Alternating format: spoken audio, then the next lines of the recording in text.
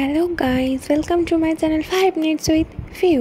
তো আজ আমি বানাবো অন্যরকম স্টাইলে লাল লাল ঝাল ঝাল মাটন কষা। তার জন্য প্রথমে কড়াইয়ে তেল গরম করতে দিয়ে দিয়েছি। তারপর এক এক করে আলুগুলোকে ভেজে নেব। এবার আলুগুলো ভাজা হয়ে গেলে পেঁয়াজগুলোকেও ভালোভাবে ভেজে নেব। তারপর ঠিক এরকম রং চলে আসলে পেঁয়াজগুলোকে তুলে এটার একটা পেস্ট বানিয়ে নেব।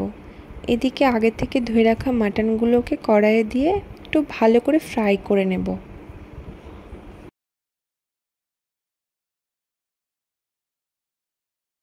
একটু ভাজা ভাজা হয়ে গেলে হলুদ, সামান্য লবণ আর গোলমরিচ গুঁড়ো দিয়ে একটু ভালোভাবে হাই ফ্লেমে ভেজে নেব এগুলোকে।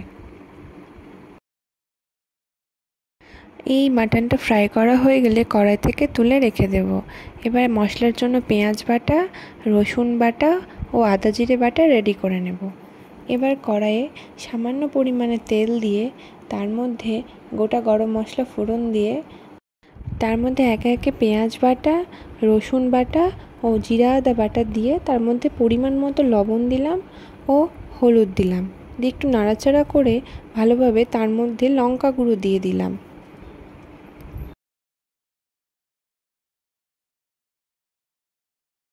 মশলাটা একটু ভাজা ভাজা হয়ে গেলে তার মধ্যে টমেটো দিলাম এবং ভেজে রাখা মাংসগুলিকেও দিয়ে দিলাম।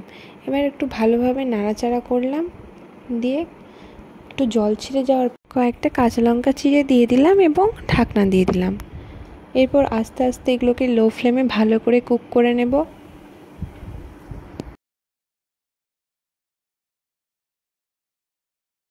এবার জল ছাড়া এভাবে কষানোর পর সেদ্ধ করার জন্য একটু গরম জল দিয়ে দেব, দিয়ে ভালোভাবে নাড়াচাড়া করে তার মধ্যে আগে থেকে ভেজে রাখা আলুগুলোকেও দিয়ে ঢাকনা চাপা দিয়ে দেবো। এইভাবে লো ফ্লেমে ঢাকা দিয়ে ভালো করে সেদ্ধ হয়ে গেলে তৈরি আমাদের লাল লাল ঝাল ঝাল মাটন কষা। ভিডিওটি ভালো লাগলে like, comment and subscribe. Tata, stay tune.